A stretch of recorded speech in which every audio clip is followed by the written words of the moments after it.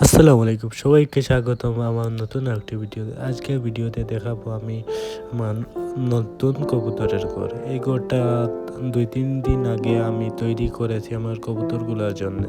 আপনারা জানেন, আগের ভিডিওগুলোতে দেখেছেন আমার কবুতরগুলা আমাদের বারান্দায় ঝুলানো অবস্থায় কাঠের খোপে থাকতো। এখন সেই কাঠের খোপগুলো ঘরেরটার ভিতরে নিয়ে এসেছি।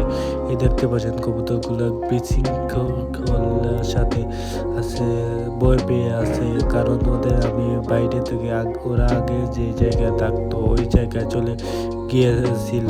ওদের ওইখান থেকে আমি ধরে নিয়ে এসে ঘরের ভিতরে রাখছি।